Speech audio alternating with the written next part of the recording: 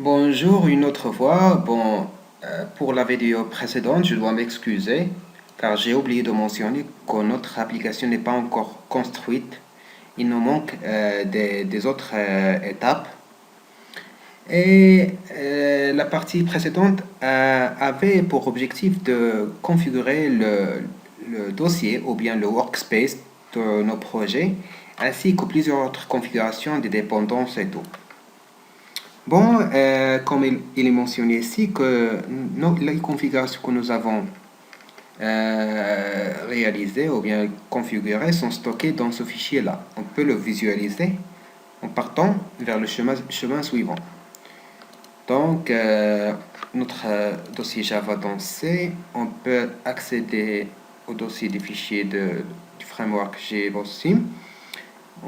On entre à SimGen ou SimGenerator qu'on a utilisé tout à l'heure pour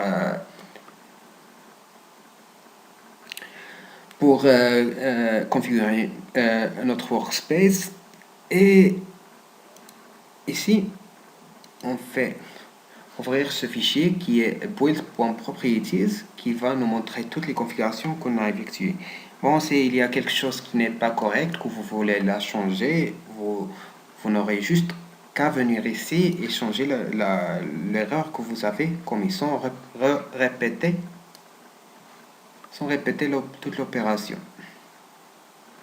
Alors, qu'est-ce qu'on nous reste maintenant? Il nous reste de créer le nouveau projet. Donc, on vient ici, on fait un sim new projects. On clique sur entrée. Et maintenant, il commence à copier les fichiers nécessaires pour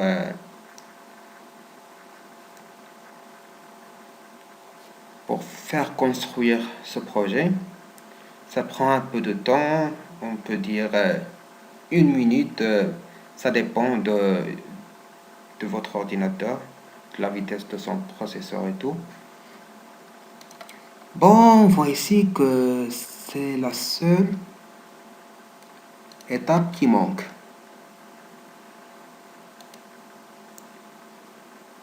Il reste quelques fichiers à copier. Donc, build successful. Donc, la construction de notre projet a été bien faite. Maintenant, on peut dire que notre projet a été bien construit. Pour s'assurer, on part au dossier qu'on a spécifié comme workspace qui se trouve dans le répertoire Java Project.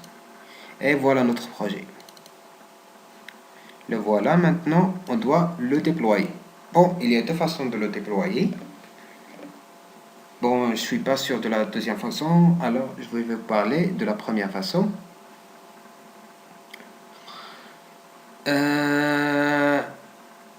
Franchement, ce que je peux dire maintenant, c'est que ce tutoriel me demande d'aller sur le lien suivant.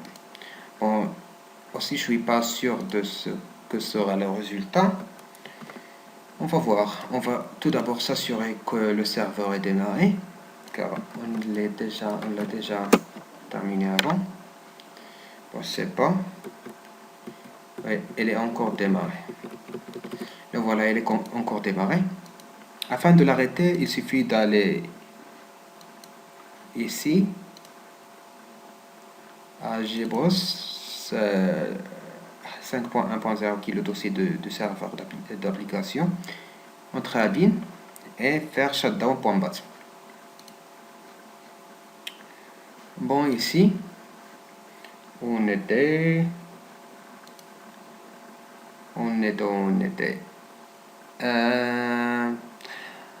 Voilà, on était au point de déployer notre projet dans le serveur web et le visualiser à partir de notre navigateur. On va tester notre projet. Ça n'a pas marché.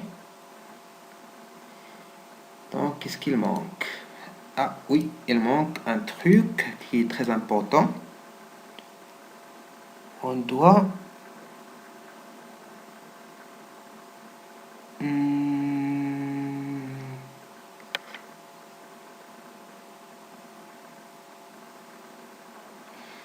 je pense qu'on doit faire un sim restart afin que le serveur, Le compilateur sim se redémarre.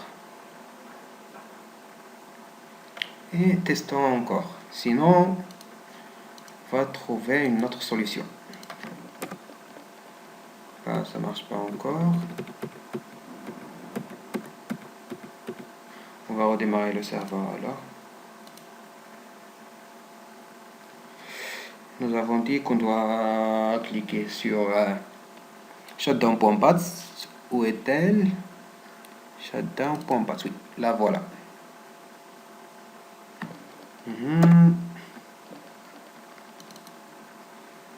Help server name.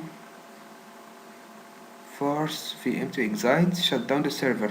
Donc on clique sur "-s". Non. On clique sur S. Donc je pense que c'est fermé. Et on le redémarre.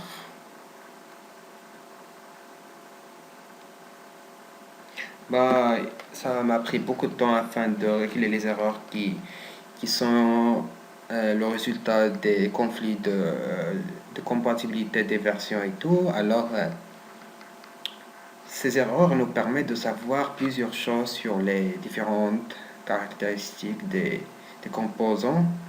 Alors, si vous tombez dans des erreurs, ne vous paniquez pas, car cela va vous aider tellement dans vos prochaines utilisations. Le serveur n'est pas encore démarré.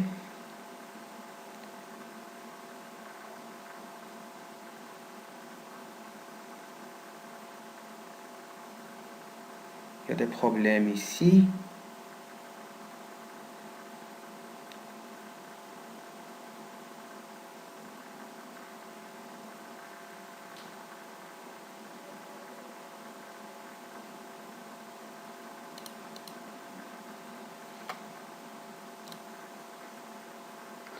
Bon, il nous dit que GBoss started en 1 minute, mais je ne sais pas si c'est vraiment démarré.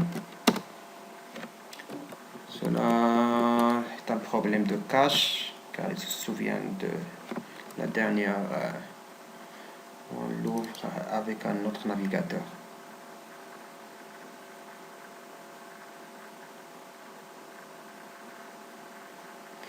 Bon. Ça paraît un peu long. On essaie à nouveau.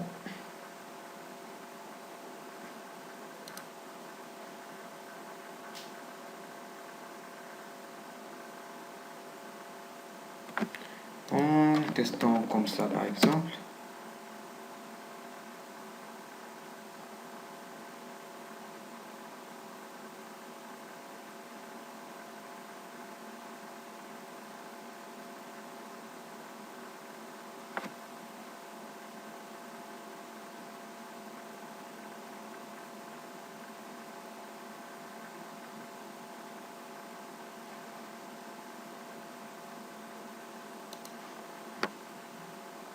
Testons sur Firefox.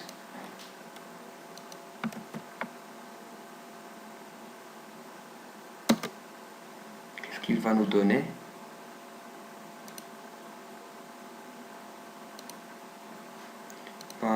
Il a déjà montre déjà un serveur très vieux. Eh bien, voici notre application qui est déployée. Et voici maintenant, vous avez votre application, vous avez votre squelette de base. Et vous pouvez maintenant faire plusieurs modifications sur ce squelette. Alors, si vous voulez faire des modifications en utilisant l'éditeur Eclipse, on a juste qu'à l'importer à partir d'ici. On fait un import. Choisis existing projet into workspace. On browse, on parcourit nos dossiers. On spécifie le dossier qu'on a créé, Java. Oui, c'est Java. Projet et Hello World. Le voilà, finish.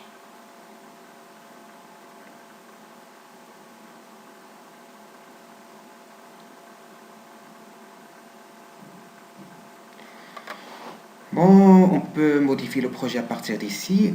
Sinon, on peut utiliser juste la console qui nous offre plusieurs fonctionnalités. Par exemple, si on veut créer une nouvelle action,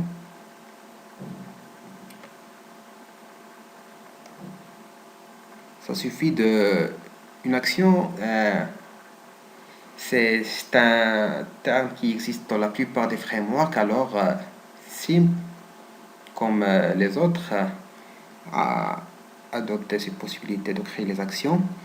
Pour les créer, on revient à notre console qui est le SimGen, le Sim Generator, sur laquelle on a créé notre projet. On fait Sim New Action. On fait entrer, il va nous demander plusieurs paramètres. Il va nous donner le nom du composant, on va l'appeler par exemple Pink. Les autres sont sélectionnés par défaut. Et voilà, notre action a été créée. Voilà, tout simplement. On doit bien sûr restarter notre application ou bien notre compilateur Sim. Sim restart. Ça prend quelques secondes.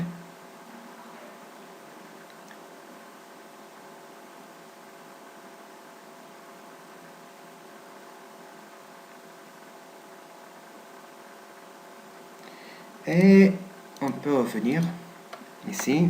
On fait un F5 pour rafraîchir la page. Ah, ça n'a pas été bien rafraîchi. Il y a un problème ici. Bon, on rafraîchit. Bon, je ne sais pas qu'est-ce qu'il arrive. Il y a un problème ici.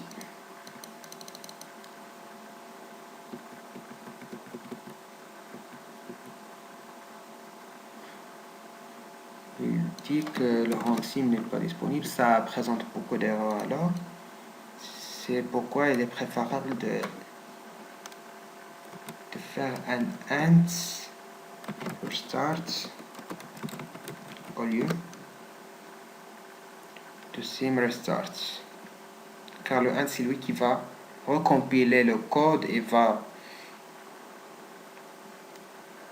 vérifier les erreurs et tout. Et voilà, fait.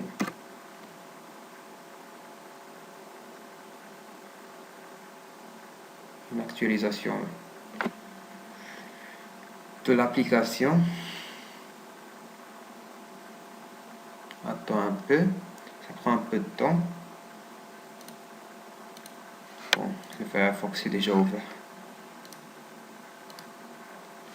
Bon, allez. Ça énerve ça quand ça prend beaucoup de temps. Bon, qu'est-ce qu'ils disent dans le reste du tutoriel? Bon, bien, ça va venir une fonctionnalité qui est très intéressante. J'espère que ça démarre vite pour qu'on passe au suivant. C'est injuste ça. Normalement, ça prend pas tout ce temps. Je sais pas pourquoi il fait comme ça maintenant.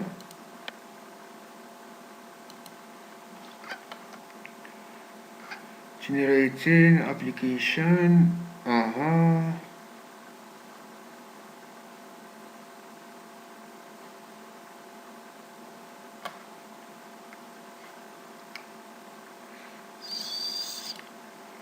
Vous savez quoi? On va recopier ce lien. On va le coller ici. Et on va essayer d'aller vite.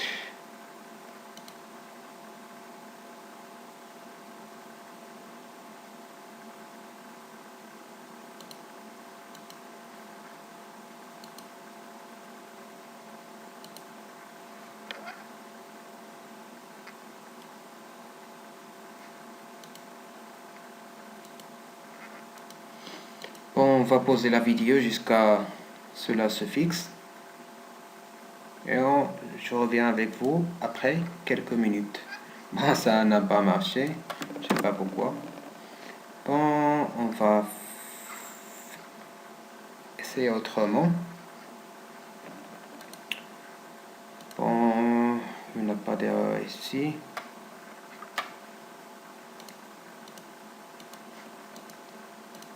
Peut-être il nous manque un slash. Non.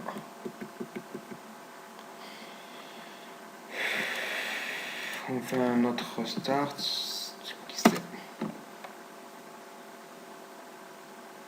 Ah, c'est vraiment... Ça joue sur les nerfs, ça.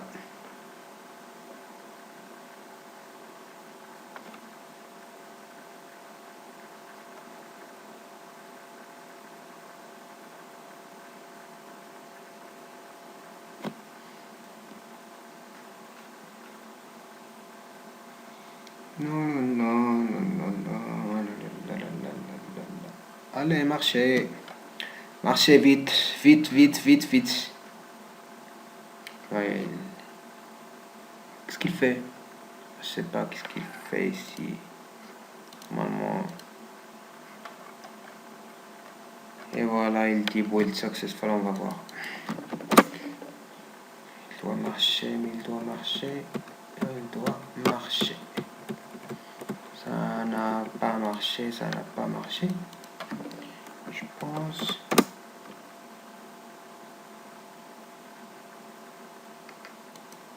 Ah, c'est vraiment chiant. Il faut que c'est encore sur Wildfly.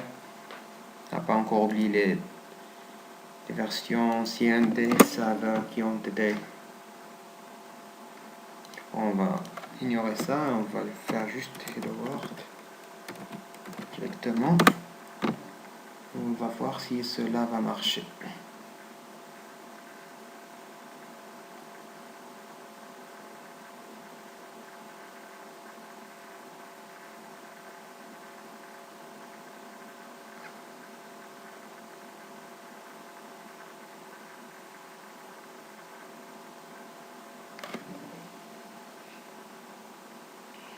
Il tourne, il tourne, il tourne et on ne sait pas s'il va nous donner un résultat à la fin.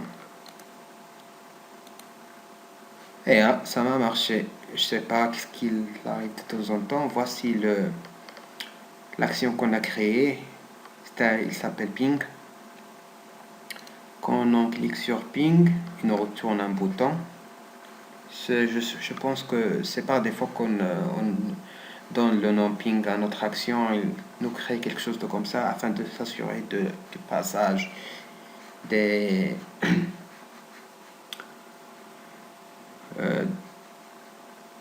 des appels entre les pages et tout, l'envoi des variables, ainsi de suite. Bon, lorsqu'on clique sur ping,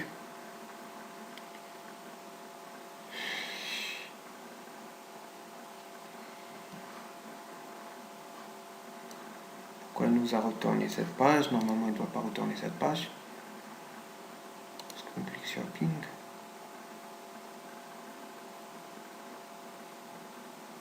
Bon, c'est un problème du serveur qui doit, je pense, qui doit être redémarré. Mais le principe, c'est celui-là. Voici ici, a aussi fonctionné. Lorsqu'on clique sur ping. Et c'est aussi le même problème. Au lieu maintenant de faire fermer le serveur à partir de... Voici le problème. Il dit que le problème au niveau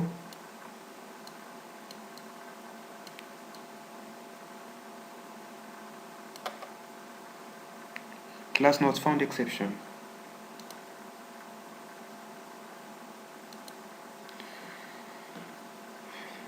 Pourquoi c'est une classe qui n'est pas trouvée?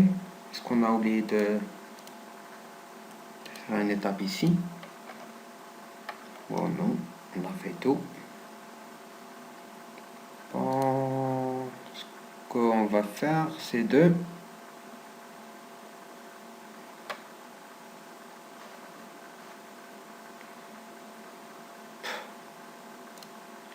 c'est déjà 20 minutes. C'est déjà 20 minutes. Ça a pris beaucoup de temps. Ça ne doit pas prendre tout ce temps-là. Et voilà, on part au serveur. Il est ouvert, donc on va le redémarrer. Et on va le réouvrir dans le mode debugging afin d'éviter les erreurs. Stop. Stop, stop, stop. C'est stoppé. Il est en train de se stopper. Après,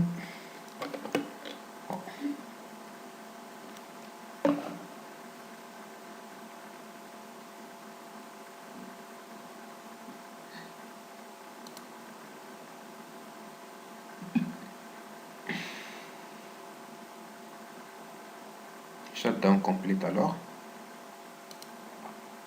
On revient au serveur, on fait debug. C'est-à-dire on veut le démarrer en mode debugging. Ou bien débogage. Il démarre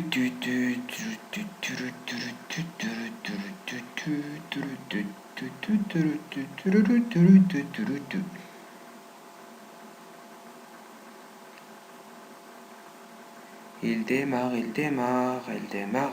il démarre. RMA serveur. Quoi ça sert?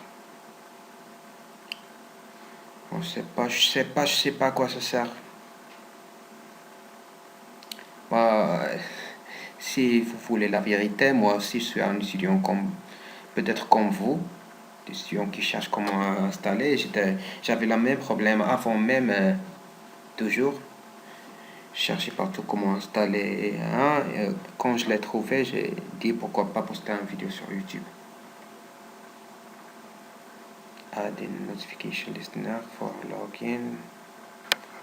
Dependencies. C'est un service de mailing. Il ajoute et on est proche d'être déployé, d'être démarré. Le serveur va se démarrer dans quelques instants, madame, messieurs. Voici votre serveur. Welcome to Sim. Voilà.